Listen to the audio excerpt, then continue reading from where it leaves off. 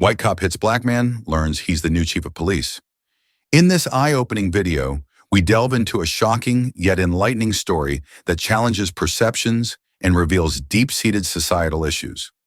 A white police officer, caught in a moment of unchecked aggression, hits a black man during what seemed like a routine stop. What unfolds next is a powerful lesson in humility and respect. Unbeknownst to the officer, the individual he assaulted is the newly appointed chief of police.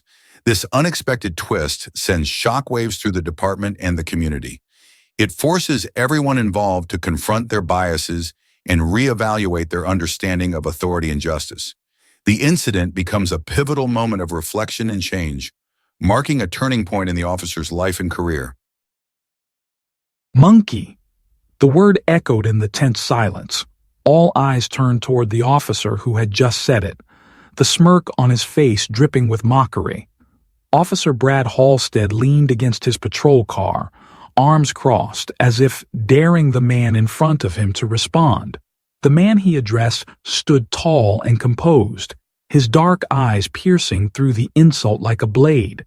His tailored suit and polished shoes stood out on the bustling street. He was clearly out of place, but not for the reasons Brad assumed.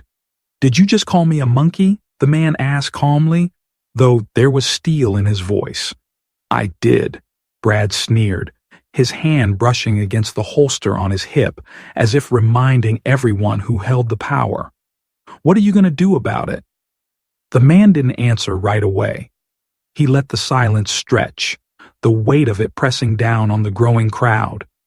Then, he took a single step forward, his gaze steady and unflinching. "You really don't know who I am, do you?" Brad chuckled, the sound as grating as nails on a chalkboard. "Should I?" "What, you some big-shot lawyer? Think your fancy suit scares me?" The man tilted his head slightly, a small, almost imperceptible smile playing on his lips. But before he could answer, a piercing voice broke through the tension. "Brad!" Another officer, younger and clearly uncomfortable, rushed over, his face pale. "Maybe you should. Shut it, rookie!" Brad barked, silencing his colleague. His bravado was as loud as it was fragile. He turned back to the man. "Go on. Say whatever you've got to say. Then get out of my face." The man took another step closer, the crowd murmuring in anticipation. It was as if the whole street was holding its breath, waiting for the other shoe to drop. "Let's just say," he said quietly, his voice carrying despite its softness, "you'll be seeing me again. Very soon." The cliffhanger hung heavy in the air as the scene froze. The gravity of what was happening not yet fully realized. But it was far from over. Earlier that day, things had been different. It started with the new chief of police, Daniel Carter, stepping into his office for the first time. Daniel was a man of integrity and sharp intellect, but he was also no stranger to the uphill battles that came with his identity. At 42, he had risen through the ranks not because it was easy, but because he refused to be defined by the obstacles in his path. The police station buzzed with activity as he arrived. Officers were curious about their new boss, but not all the curiosity was positive. Some welcomed him, while others whispered behind his back. He noticed the looks, the raised eyebrows, and the judgment in their eyes. He walked through the halls with an easy confidence, stopping to introduce himself to anyone who crossed his path. Despite the whispers, he made it clear that he was here to lead, not to be liked. Brad Halstead wasn't in the station that morning. Had he been, perhaps things would have gone differently. But Brad, a seasoned officer with a reputation for pushing boundaries, was out on patrol. He'd always been loud, brash, and dismissive of anything he didn't understand. The news of a black man taking over as chief had rubbed him the wrong way, though he hadn't had a chance to voice his opinion. Yet, Daniel spent the morning settling into his office and meeting with key staff. He quickly learned who was willing to work with him and who would need convincing. The tension was palpable, But he wasn't fazed. He'd dealt with worse before. By lunchtime, Daniel decided to step out for a break. He loved walking through neighborhoods, getting a feel for the communities he served. It reminded him why he'd taken the job in the first place. That's when he crossed paths with Brad. Brad had stopped a car for a minor infraction, but the situation had escalated. The driver, a young black woman, was visibly shaken as Brad interrogated her, his tone dripping with disdain. Daniel observed from a distance, his instincts kicking in. He approached calmly, intending to de-escalate the situation. "Is there a problem here?" Daniel asked, his voice steady. Brad barely glanced at him. "Move along. Police business." "I'm aware," Daniel said, stepping closer. "I asked if there's a problem." Brad finally turned to face him, his expression hardening. He didn't recognize Daniel, and the suit threw him off. "Who the hell are you?" Daniel ignored the question and addressed the driver. "Are you okay, Mom?" The woman nodded hesitantly, her eyes darting between the two men. Brad, annoyed, stepped in front of Daniel, blocking his view. "I told you to move along," Brad said, his voice rising. "You interfering with an officer?" "No," Daniel said calmly. "I'm simply observing." "Observing, huh?" Brad smirked. "You one of those social justice types? Here to play hero?" Daniel didn't take the bait. "I'm here to make sure everyone's treated fairly." Brad's smirk twisted into a sneer. "Oh, I see what this is. Another monkey sticking his nose where it doesn't belong." The words hung in the air, shocking everyone within earshot. For a moment, even Brad seemed to realize he'd crossed a line. But instead of backing down, he doubled down, his bravado masking his unease. Daniel didn't react right away. He stood there, his expression unreadable, as if weighing his options. Then, slowly, he took out his phone and began typing. "What are you doing?" Brad asked, his tone defensive. Daniel didn't answer. He simply put his phone back in his pocket and smiled faintly. "Like I said, you'll be seeing me again." The scene simmered as Daniel walked away, his composed demeanor contrasting starkly with the bubbling tension he left behind. The crowd began to disperse, murmuring about what they'd just witnessed. Brad stood rooted to the spot, fuming. He hated feeling out of control, and that stranger, whoever he was, had managed to strip away his usual air of authority with just a few words. What the hell was that about? Brad grumbled, turning to his rookie partner, Officer Jacobs. Jacobs hesitated, glancing around nervously. Maybe you should let this one go, Brad. That guy didn't seem like someone to mess with." Brad scoffed. "Oh, come on. Just another loudmouth trying to make a scene. You see his suit? Bet he's some wannabe activist lawyer. He'll be crying to the media, saying I profiled him or some crap. They're all the same." Jacobs didn't reply. He'd only been on the force for 6 months, and he knew better than to challenge Brad directly. But something about the man in the suit didn't sit right with him. There was an air of authority around him that didn't match Brad's dismissive assumption. Meanwhile, Daniel returned to his car, still parked a few blocks away. He slid into the driver's seat and took a deep breath, allowing himself a moment to process what had just happened. He wasn't surprised by Brad's behavior. Had seen it too many times before, but that didn't make it any easier to stomach. He pulled out his phone and scrolled through his contacts, selecting a number marked with a star. After a few rings, a voice answered. "Chief Carter," the voice said, warm and professional. "How's the first day going?" "Eventful," Daniel replied dryly. "I need you to pull some files for me." "Of course," the voice said. "What do you need?" "Officer Brad Halstead," Daniel said. "I want everything. Personnel records, complaint history, performance reviews, the works." There was a pause on the other end of the line. "Understood. Anything specific you're looking for?"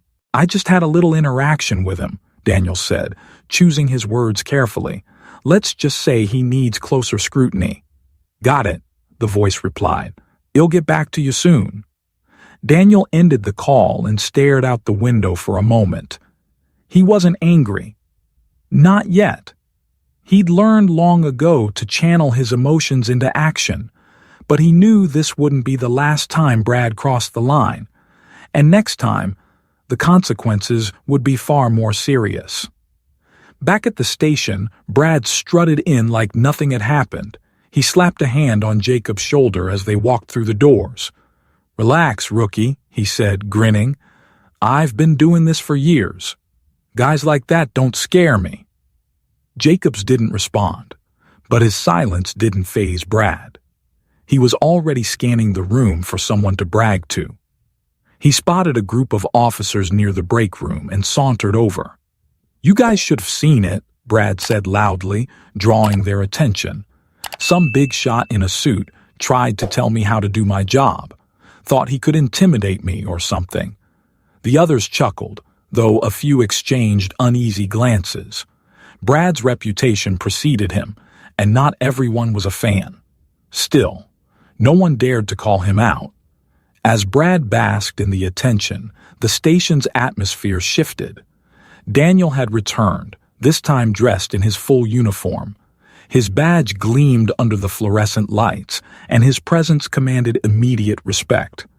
Officers paused mid-conversation as he walked through the room. Some straightened their posture. Others quickly busied themselves with paperwork. The air crackled with curiosity and apprehension.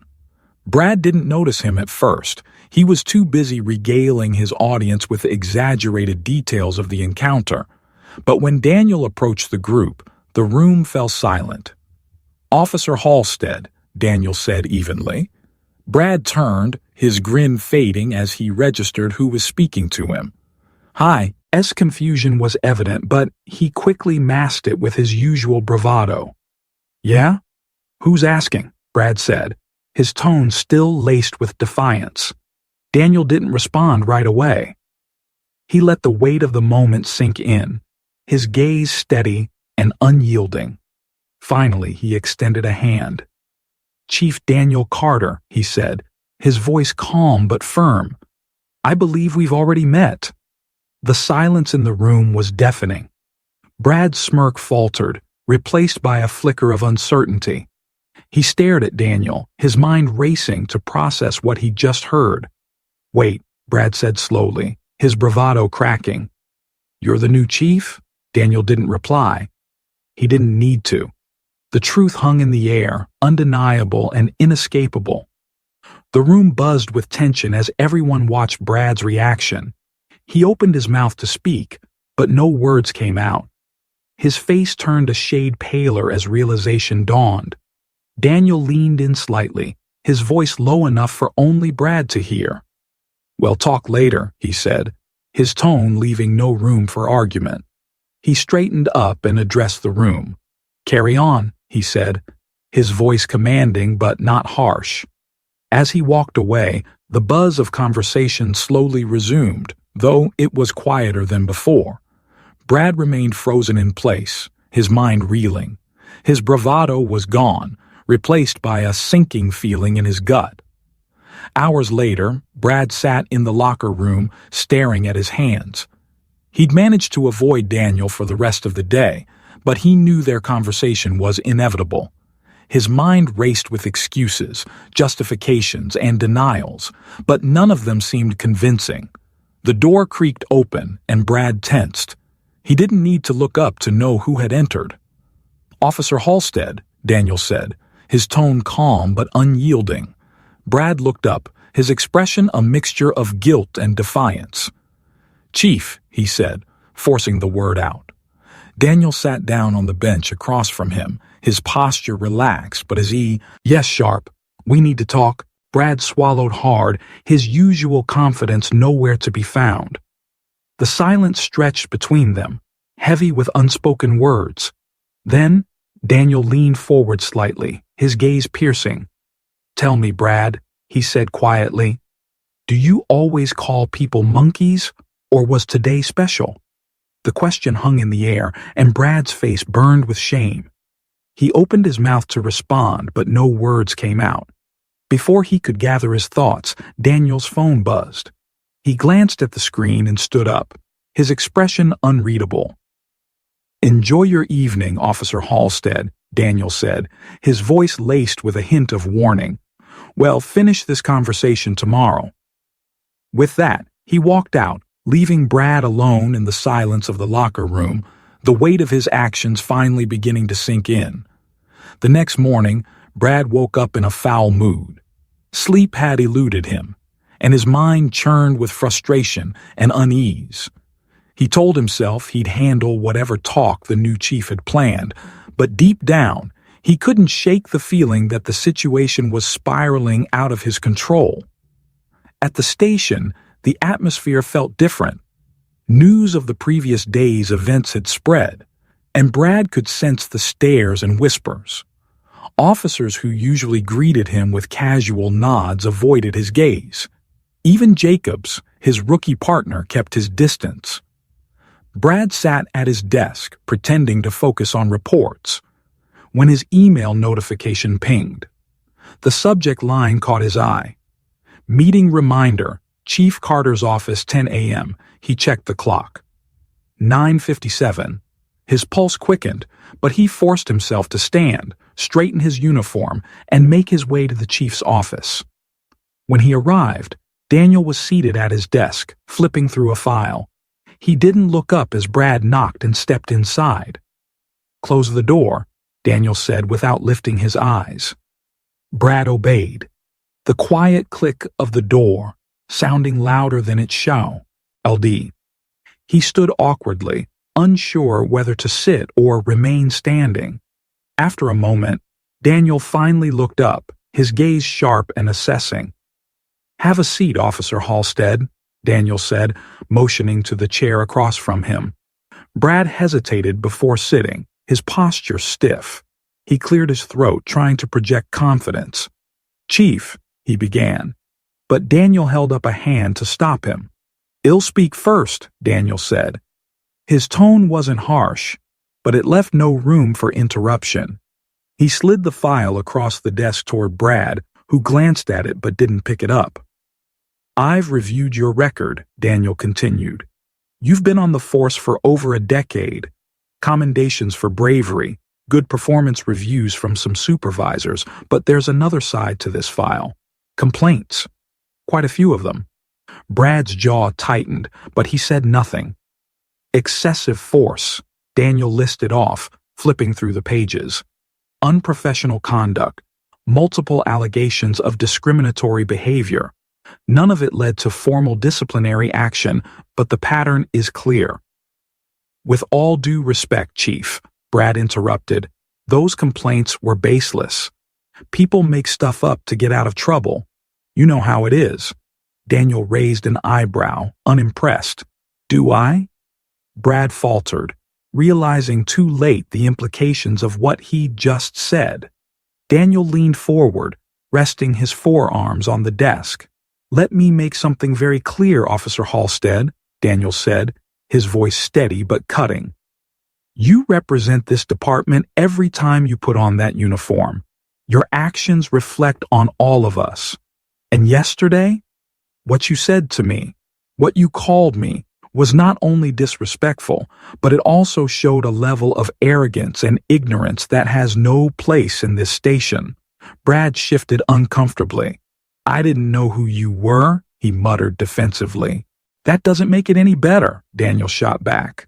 "You didn't know I was your chief, so you felt entitled to treat me and anyone else you don't respect with blatant disregard.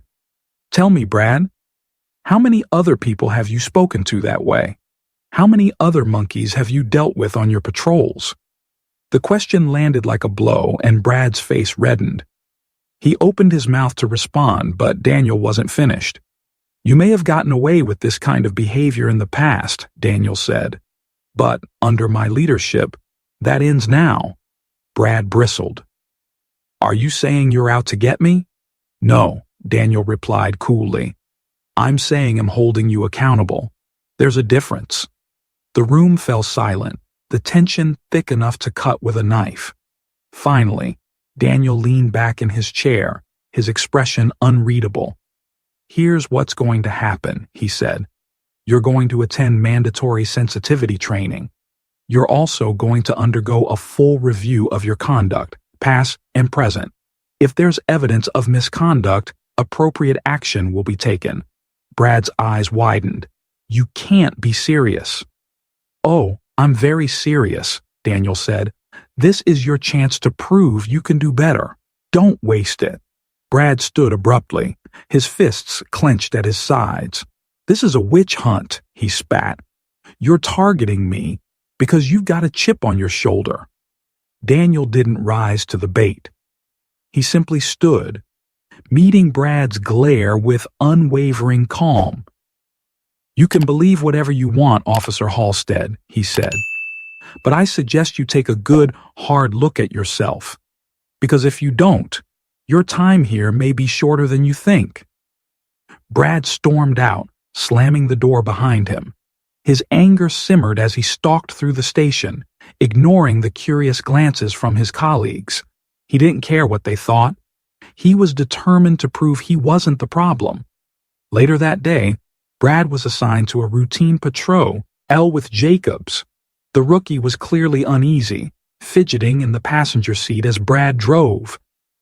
"You gonna say something, or just sit there squirming?" Brad snapped. Jacobs hesitated. I think you should take what the chief said seriously." Brad laughed bitterly. "Oh, you're on his side now." "It's not about sides," Jacobs said quietly. "It's about doing the job right." Brad didn't respond, gripping the steering wheel tightly as they cruised through the neighborhood. He refused to let anyone lecture him, least of all a rookie and a chief who didn't know how things worked in the real world. The patrol was uneventful until they received a call about a disturbance at a local park. When they arrived, they found a group of teenagers arguing loudly. Brad stepped out of the car, his irritation bubbling over as he barked at them to quiet down. One of the teens, a tall boy with dreadlocks, stood his ground. "We're not doing anything wrong," he said. "Why are you hassling us?" Brad's temper flared. "Watch your tone, kid," he snapped. "You want to spend the night in a cell?" The boy glared at him but said nothing. Jacobs shifted uncomfortably, glancing between Brad and the teens. "Brad," Jacobs said quietly, "maybe we should just— I've got this." Brad cut him off. He turned back to the teens. "Break it up. Now." Reluctantly, the group began to disperse, though the boy with dreadlocks shot Brad a look of pure defiance before walking away. Brad felt a flicker of satisfaction. He'd shown them who was in charge. But as they drove away, Jacobs couldn't shake the feeling that Brad's approach had only made things worse, and he wasn't the only one. Back at the station, Daniel watched the body cam footage from Brad's patrol, his expression darkening. It was clear that Brad hadn't learned a thing, and the consequences were just beginning. Brad's day spiraled further after the park incident. The tension between him and Jacobs was palpable, though Jacobs avoided confronting him directly. As the hours dragged on, Brad's frustration only grew. He couldn't shake the feeling that everyone was against him. Jacobs, the chief, even the community. Back at the station, Daniel sat in his office reviewing the escalation report. The internal affairs team had expedited their investigation after his call, uncovering troubling patterns in Brad's conduct. The body cam footage from the park incident confirmed what Daniel had suspected. Brad's approach to policing wasn't just abrasive, it was a liability. As Daniel prepared for a department-wide meeting, he was interrupted by a knock at his door. "Come in," he said, looking up. Jacob stepped inside, his expression nervous. "Chief, can I speak with you?" Daniel gestured for him to sit. "What's on your mind, Officer Jacobs?" Jacobs hesitated, fidgeting with his hands. "It's about Brad. Officer Halstead." Daniel's eyes sharpened, but he remained silent, encouraging Jacobs to continue. "I've been riding with him for 6 months now," Jacobs said. "At first I thought he was just old school, you know? Tough but fair. But lately, it's been different. He doesn't listen. He escalates situations instead of calming them down. And yesterday, he trailed off, visibly uncomfortable. Go on, Daniel prompted. Jacob swallowed hard. Yesterday, when he called you, when he said that word, I realized it wasn't just about how he treats suspects. It's about how he sees people. He doesn't respect them, and that's dangerous. Daniel nodded slowly. Thank you for coming to me with this, Officer Jacobs. It takes courage to speak up, especially about a colleague. Jacobs looked relieved but still uneasy. I just want to do the job right, Chief. I don't want to end up like him. You won't, Daniel said firmly. But it's going to take work to change the culture here. And that starts with accountability. Jacobs nodded and left the office, leaving Daniel to consider his next steps. That evening, Brad sat at home nursing a beer. The day had been a disaster, and he couldn't shake the nagging feeling that things were about to get worse. He turned on the TV, hoping to distract himself, but the local news only deepened his unease. And in other news, sources inside the city's police department suggest that newly appointed Chief Daniel Carter is taking a hard stance on officer misconduct, the anchor said. Rumors of an internal investigation have sparked debate about the department's future. More details to come. Brad clenched his jaw, his knuckles whitening around the bottle in his hand. He felt cornered, and the pressure was mounting. The next day, Daniel called a department-wide meeting. The officers gathered in the briefing room, the air thick with anticipation. Brad slouched in his seat, arms crossed, as Daniel stepped to the front of the room. Good morning, Daniel began, his tone calm but commanding. I called this meeting because it's time for a serious conversation about the standards we hold ourselves to as officers of this department. He let his words sink in before continuing. We have a responsibility to serve and protect this community. That means treating everyone with dignity and respect, regardless of their background. Unfortunately, there have been instances where we've fallen short of that responsibility. The room was silent, though a few officers shifted uncomfortably in their seats. Daniel's gaze swept over them, his expression unreadable. I won't name names, he said, though his eyes lingered on Brad for a fraction of a second. But let me be clear. This kind of behavior will not be tolerated. Accountability starts now.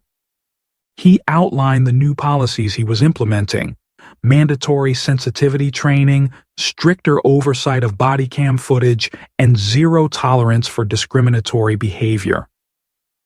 The room buzzed with murmurs, some officers nodding in agreement while others exchanged skeptical looks. After the meeting, Brad cornered a few of his usual allies in the locker room.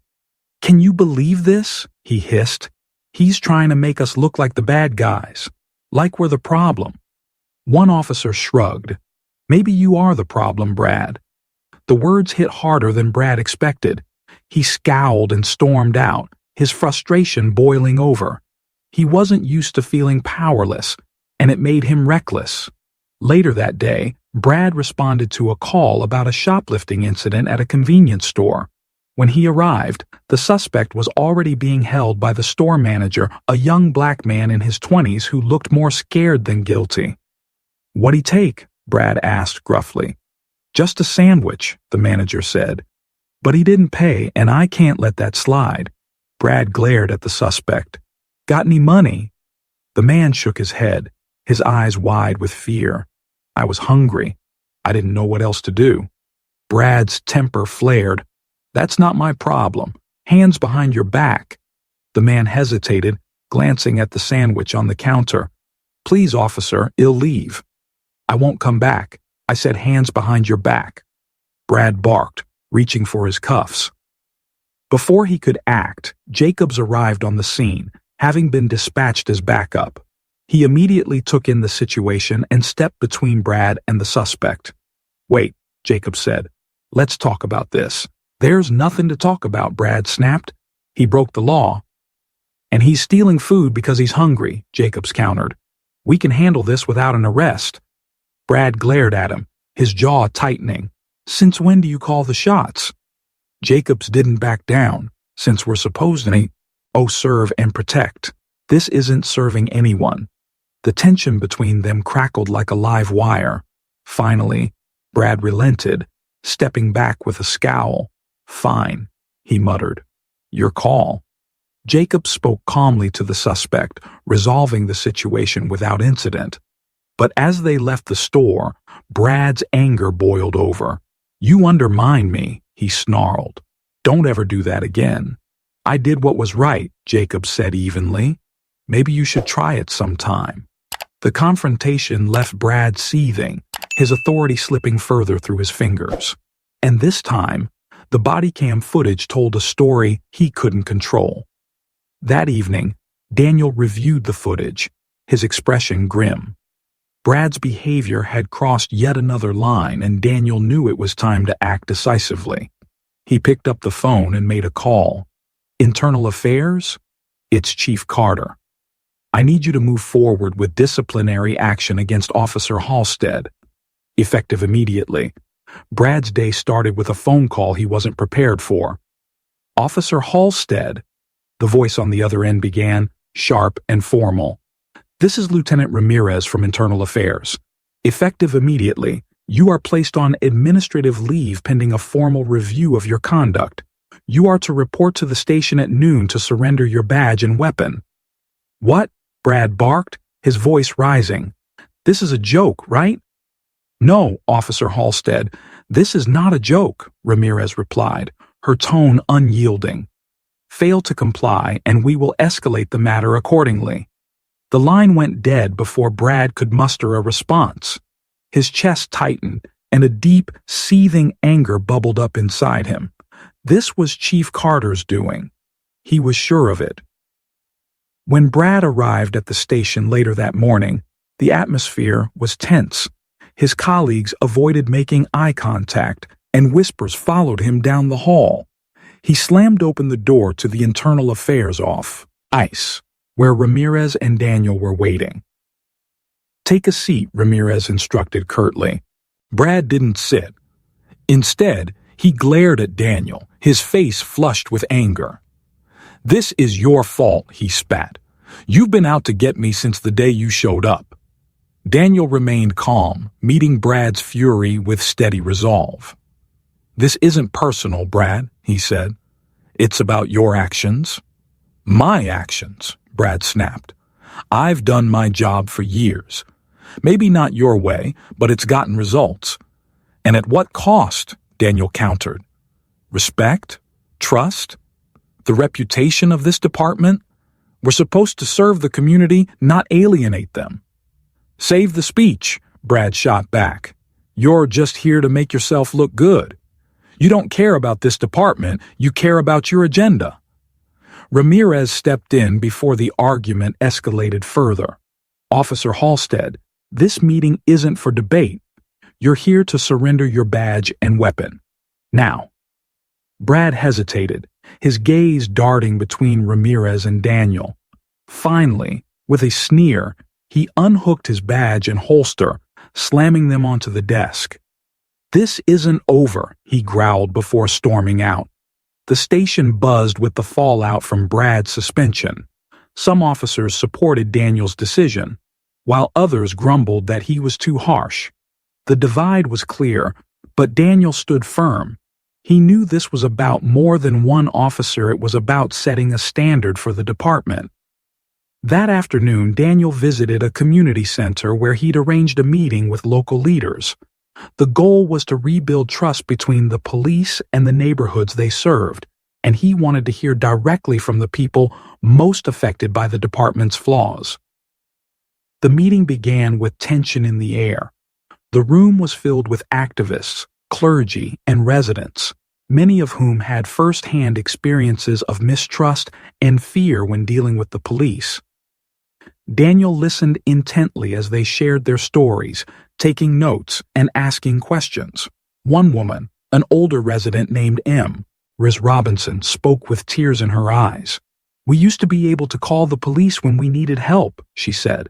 Now we're too scared they'll make things worse. My grandson? He won't even walk to the store without looking over his shoulder. Daniel nodded solemnly. I can't change the past, he said, but I promise you this. I will do everything in my power to ensure this department becomes something you can trust again. It won't happen overnight, but it will happen. His sincerity resonated with many in the room, though skepticism lingered. As the meeting wrapped up, Daniel exchanged contact information with several attendees, promising to stay in touch and work collaboratively.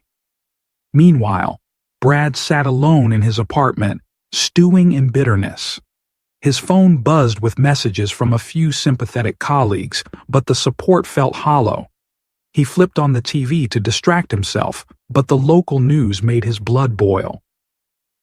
Chief Daniel Carter met with community leaders today to discuss efforts to reform the city's police department, the anchor said. Sources indicate that Carter has already taken steps to address officer misconduct, including the suspension of a veteran officer. Brad threw the remote at the wall, the crack of plastic shattering echoing through the room. He couldn't stand the thought of Daniel being praised while he was vilified. He grabbed his phone and dialed a number he hadn't called in months.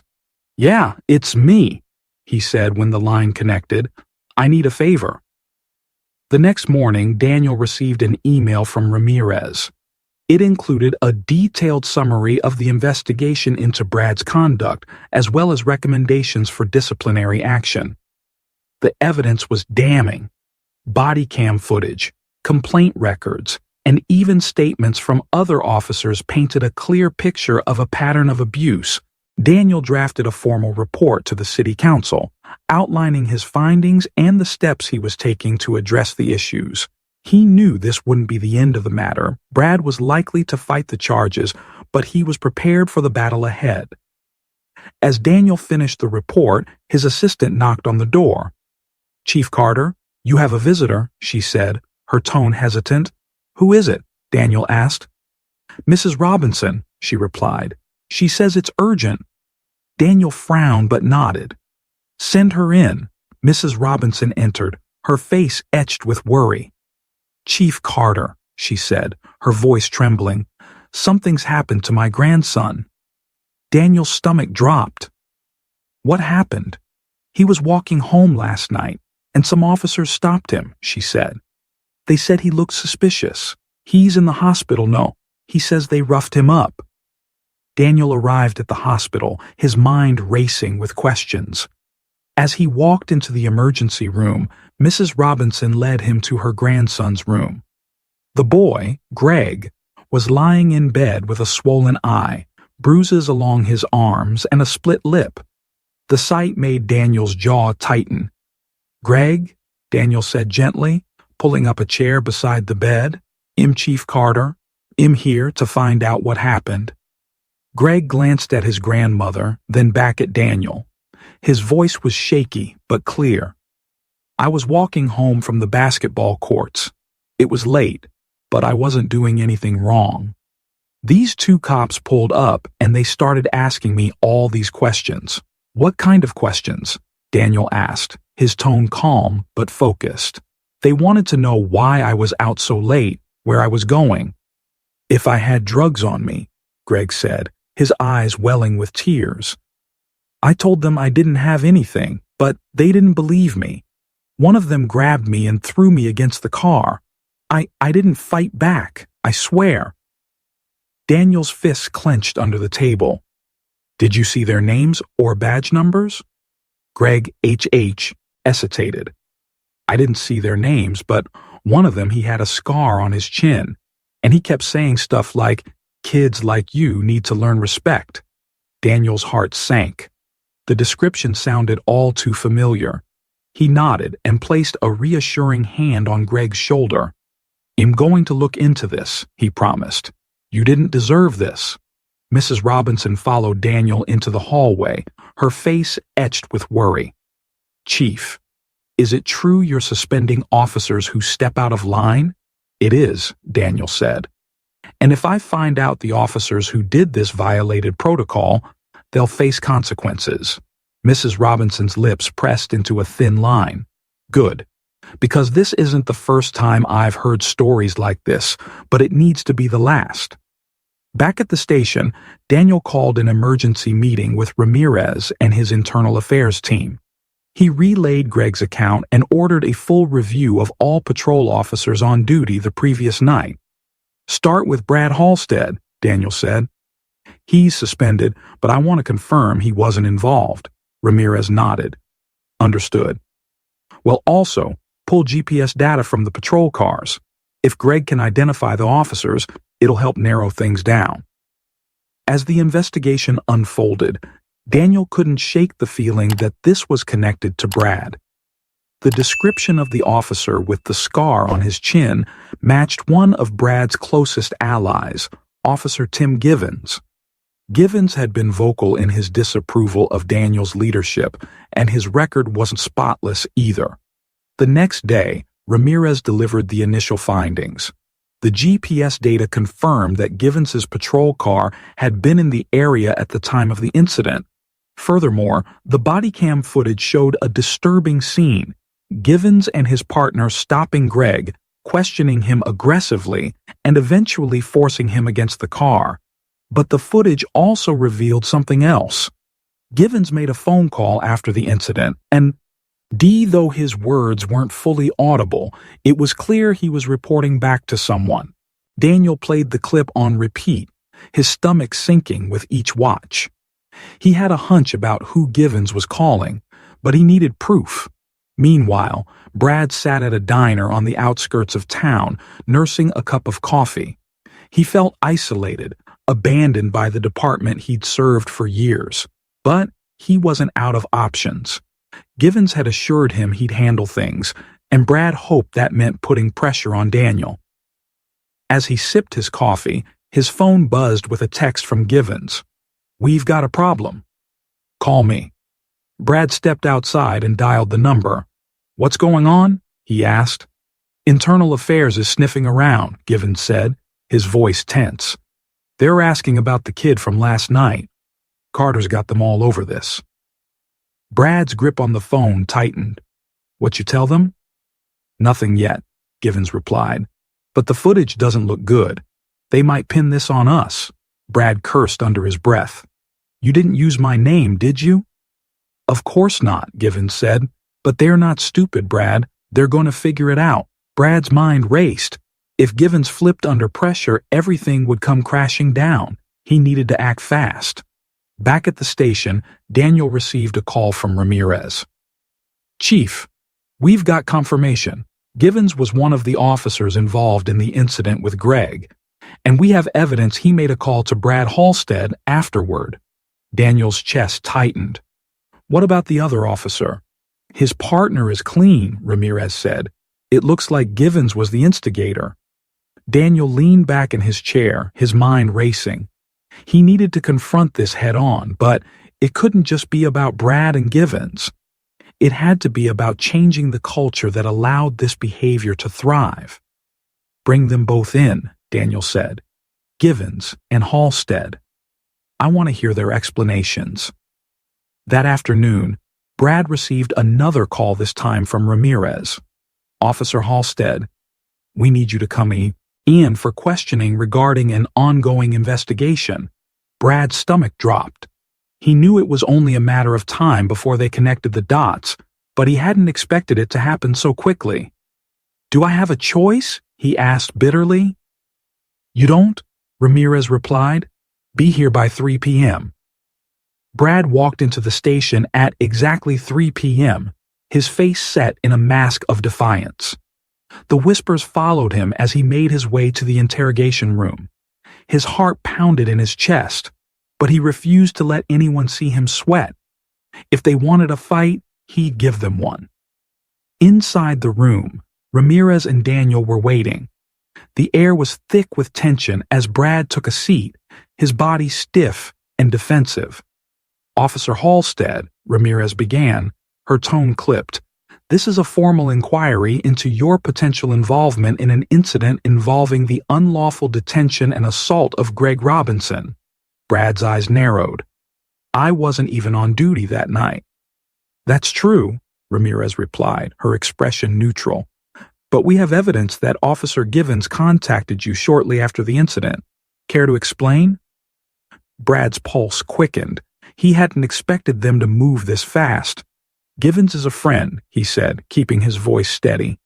He calls me all the time. That doesn't mean I had anything to do with this. Daniel leaned forward, his gaze piercing. Did you know what he did? Did he tell you about stopping Greg Robinson? Brad met his eyes, forcing himself to stay calm. I didn't know anything about it, he said. Whatever Givens did, that's on him. Ramirez slid a transcript across the table. This is from Givens's body cam footage. The audio picks up a phone call where he says, "Don't worry, I've got this handled." He was talking to you, wasn't he? Brad's stomach churned. He glanced at the transcript but didn't respond. Daniel's voice cut through the silence. The culture of this department is changing, Brad. If you were part of the year, I saw if you encouraged it, it won't be swept under the rug. You have one chance to come clean. Brad's hands curled into fists under the table. He felt cornered, but his pride wouldn't let him admit anything. I didn't do anything wrong, he said through gritted teeth. The door opened and Ramirez's assistant entered, handing her a new folder. Ramirez glanced at the contents, then slid it to Daniel. He scanned the document, his expression hardening. This just came in, Daniel said, his voice sharp. We pulled Givens' phone records. He called you 3 times after the incident. And the last call lasted nearly 10 minutes. What were you discussing? Brad's jaw tightened. We talk about a lot of things. It doesn't mean I had anything to do with that kid. Daniel leaned back, studying Brad carefully. You're not helping yourself here, Brad. The evidence is stacking up, and Givens won't take the fall alone. He'll talk if it means saving himself. Brad's heart sank. He knew Givens wasn't loyal enough to protect him, especially under pressure. But admitting involvement meant giving Daniel exactly what he wanted, and Brad wasn't ready to do that. I'm done talking, Brad said, standing abruptly. If you've got something on me, charge me. Otherwise, I'm leaving. You're free to go, Ramirez said coolly. For now, Brad stormed out, his blood boiling. He couldn't shake the feeling that the walls were closing in, but he wasn't ready to give up yet. After Brad left, Daniel and Ramirez reviewed the case. The evidence was damning, but it wasn't enough to pin Brad directly to the assault. They needed Givens to confirm his role. Later that evening, Daniel sat in his office, contemplating his next move. A knock on the door broke his train of thought. Come in, he called. Jacobs entered, looking uneasy. Chief, can I speak with you? Daniel gestured for him to sit. What's on your mind, Officer Jacobs? Jacobs hesitated before speaking. It's about Brad. I know I shouldn't be talking about this, but I think he's in deeper than he's letting on. Daniel's eyes narrowed. What makes you say that? I've heard him and Givens talk, Jacobs said, lowering his voice. They're always complaining about how you're running the department, saying you're soft and how things were better before you got here. And yesterday, when we were in the locker room, I overheard Brad telling Givens not to drag him into this. I didn't think much of it at the time, but now, Daniel nodded, his mind racing. Thank you for telling me this, Jacobs. It's important that we hold everyone accountable. Jacobs hesitated. Do you think this will really change anything, Chief? I mean, Brad's been here forever. People look up to him. Daniel's expression softened. Change isn't easy, Jacobs, but it starts with accountability. If we let this slide, we're telling the community that their trust doesn't matter, and I won't let that happen. Meanwhile, Brad met with Givens in a dimly lit bar on the outskirts of town. The 2 men sat in a corner booth, speaking in hushed tones. They're coming for me, Brad said, his voice low but tense. And if they get me, They'll come for you next. Givens frowned, nursing his drink. What do you want me to do, Brad? They've got footage. They've got my phone records. I can't deny what happened. You keep your mouth shut, Brad hissed. That's what you do. If you roll over, they'll bury both of us. Givens looked uneasy. I don't know, man. Carter's not like the old chiefs. He doesn't back down. Brad slammed his fist on the table, drawing a few glances from other patrons. You let me handle Carter. Just don't do anything stupid. Brad's last card was a desperate one, but he didn't see another way out. He decided to confront Daniel directly, hoping to intimidate him into backing off. As far as Brad was concerned, the fight had become personal, and he wasn't going down without a final attempt to regain control. The next morning, Daniel arrived at the station early, already deep in thought about the case against Brad and Givens. As he walked through the parking lot, he heard a voice behind him. Chief. Daniel turned to find Brad leaning against his car, his arms crossed, and a smirk on his face. The smirk didn't reach his eyes, though. They were filled with something closer to desperation. Brad, Daniel said evenly, stopping a few feet away. What are you doing here? You're on leave. I wanted to talk, Brad said, pushing himself off the car, man to man. Daniel's jaw tightened, but he nodded. Talk then. Brad stepped closer, lowering his voice. You don't need to ruin both our careers over this. You back off. I back off. We both walk away, clean. Daniel raised an eyebrow. Is that supposed to be an offer or a threat? It's common sense, Brad said, his tone hardening. You've got people in this department who don't like you, Carter. They don't trust you. You take me down, you're just proving them right. You're making enemies you don't need. Daniel didn't flinch. He took a step forward, his voice calm but resolute. Brad, the only person ruining your career is you. I didn't make you call me a monkey. I didn't make you ignore protocol. And I certainly didn't make you drag Givens into this mess. Brad's face flushed, his confidence faltering. I've done this job for 15 years. I know how to deal with people like Greg Robinson. You don't. Daniel's gaze hardened. You mean black people? Poor people? People you think are beneath you? Brad opened his mouth to respond, but Daniel cut him off. You've had years to fix your approach, Brad. Years to do better. Instead, you chose arrogance over accountability. And now, you're going to face the consequences. Brad's fists clenched, his body trembling with barely contained rage. But he didn't respond. He turned on his heel and stalked away, muttering under his breath.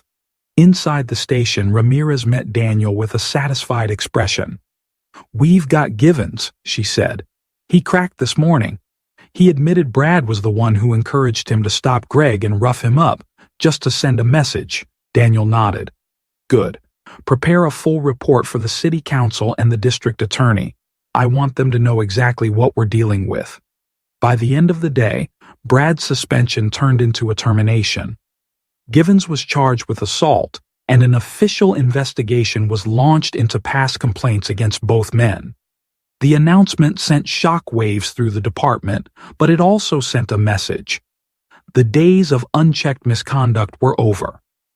2 weeks later, Daniel returned to the community center where he'd first met Greg and Mrs. Robinson. This time he brought good news. The officers involved in Greg's case have been removed from the force, Daniel told the gathered residents. One of them is facing charges, and we're working to make sure this kind of behavior isn't tolerated in the future. Mrs. Robinson's eyes filled with tears. Thank you, Chief. I didn't think anyone would ever listen. Daniel smiled gently. You deserve to be heard, Mrs. Robinson, and Greg deserves to feel safe in his own neighborhood. As the meeting continued, Daniel felt a sense of hope.